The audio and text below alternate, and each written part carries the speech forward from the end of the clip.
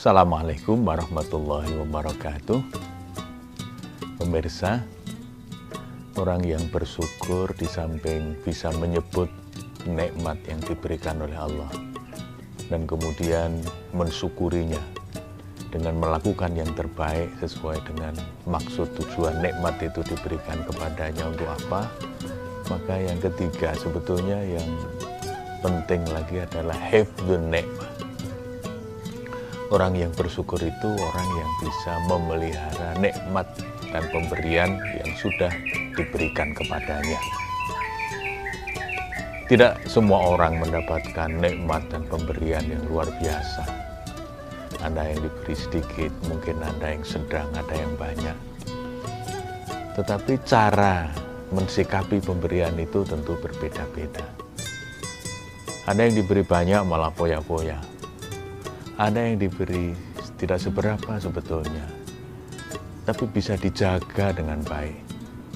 Nah, orang yang bisa menjaga nikmat dan pemberian itu disebut orang yang bisa hifdzun nikmah. Jadi nikmat itu betul-betul dijaga supaya kebermanfaatannya bisa berlangsung lebih lama. Kita diberi nikmat macam-macam, diberi kesehatan misalnya.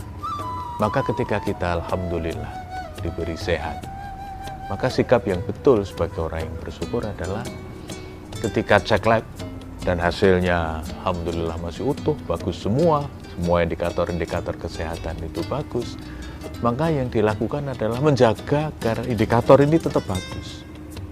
Bukan sebaliknya, karena ada beberapa sahabat yang ketika cek lab hasilnya bagus, malah kemudian mampir ke warung dan kemudian makan dengan bebas. Ketika ditanya, "Lu kok berani sekali?"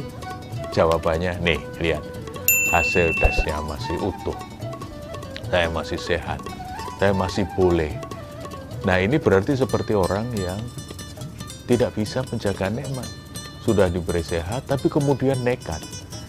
Kalau begitu yang terjadi, maka seperti janji Allah, karena tidak bisa bersyukur atau kufur nikmat, bisa jadi nanti nikmatnya diambil kembali, kesehatannya diambil kembali, karena nekat menerjang banyak aturan yang seharusnya dia penuhi agar bisa hidup dengan lebih sehat.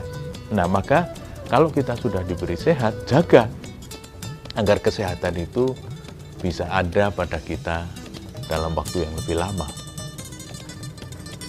Kita diberi rezeki dalam bentuk uang misalnya. Alhamdulillah kita masih diberi uang. Ya kita jaga. Usahakan agar uang yang kita punya itu tetap produktif. Memberi kemanfaatan yang lebih besar. Tidak hanya untuk diri sendiri, tapi juga untuk masyarakat sekitar. Kita diberi pekerjaan. Jaga pekerjaan itu. Banyak orang itu yang menginginkan sesuatu yang berada di luar dirinya. Yang belum dia terima, yang belum dia punya. Sementara yang dia punya, yang sudah Allah berikan kepadanya, itu tidak dijaga. Maka kalau kita ingin menjadi orang yang bersyukur, jaga nikmat itu. Kalau sudah diberi tempat tinggal, ya jaga tempat tinggal itu. Rawat dengan baik, bersihkan dengan baik, tata dengan baik. Supaya nikmat tempat tinggal itu betul-betul bisa berlangsung lama. Oleh karena itu, pemirsa, karena semuanya itu hanya titipan. Orang yang beriman itu filosofinya adalah inna lillahi wa inna ilaihi raji'un.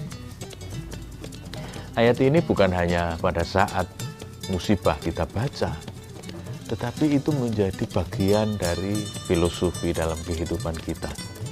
Bahwa semua itu adalah milik Allah. Yang kita punya itu hanya titipan. Karena hanya titipan, maka pada saatnya akan dimintai pertanggungjawabannya oleh Allah Subhanahu wa Ta'ala. Maka ketika kita diberi titipan, mari kita jaga sebaik-baiknya.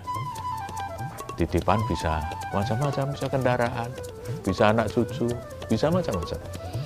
Marilah titipan itu kita jaga dengan sungguh-sungguh, kita rawat dengan sebaik-baiknya sesuai dengan tuntunan Allah dan Rasul-Nya sebagai ekspresi rasa kesyukuran kita kepada Allah. Kalau begitu yang kita alami, insya Allah Allah akan menambah-nambah nikmat yang diberikan kepada kita.